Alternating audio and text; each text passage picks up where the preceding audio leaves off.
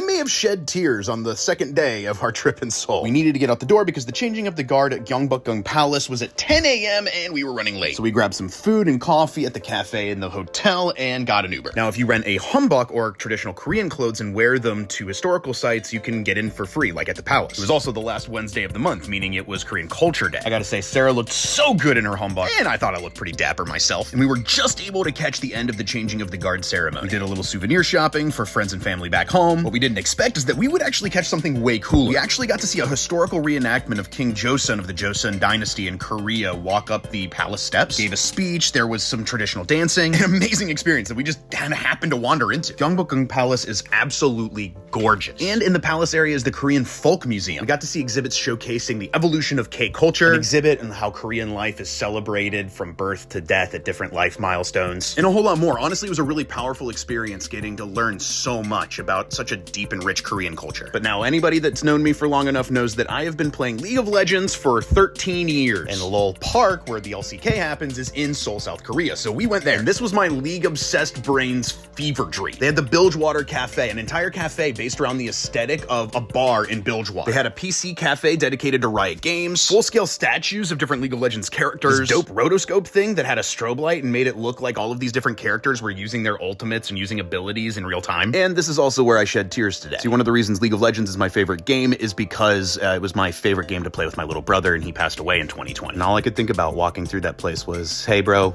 look where I am. And I hope from wherever he's watching, he got to see it too. I also spent way too much money in the store. I got something absolutely legendarily hilarious. Just wait to the end of the video, you'll see. Really close to Lowell Park, right as we left, we were able to go and see the Buddhist Lantern Fest. The temple was beautiful. All of the lanterns were so stunning to see. We wanted to get a culture shock, and this is so wildly different from back home, but it was so beautiful. I loved it. We did a little bit of cafe hopping. The Salt Pond has a really dope aesthetic, and they specialize in sweet and salty drinks and salt bread. Delicious. Then we went to Oppie Forest, where we got some strawberry gelato and a melon cream soda. Again, delicious. And the last cafe we hit was Cheongsadon Bakery. This place's aesthetic was on another level. It's inside of a hanok, or a traditional Korean house. And walking over ponds in the courtyards on stones with fish swimming at your feet is like walking into another world. We had some drinks and some matcha fromage, but at this point our feet were killing us, so we Ubered back to the hotel. And we took a nap and overslept again. We woke up, it was like 11 o'clock, and in a panic, we were super hungry. We ran over to 7-Eleven, and I found one-piece gacha magnets. I wound up pulling a Frankie, a Zoro, and a Chopper, and then I had to try on my haul from Lowell Park. I got an Urf onesie. In League of Legends, there's this super exclusive skin called Urfwick. It's Warwick, the werewolf character, wearing a manatee onesie skin. And guess who's the wolf in the manatee onesie now?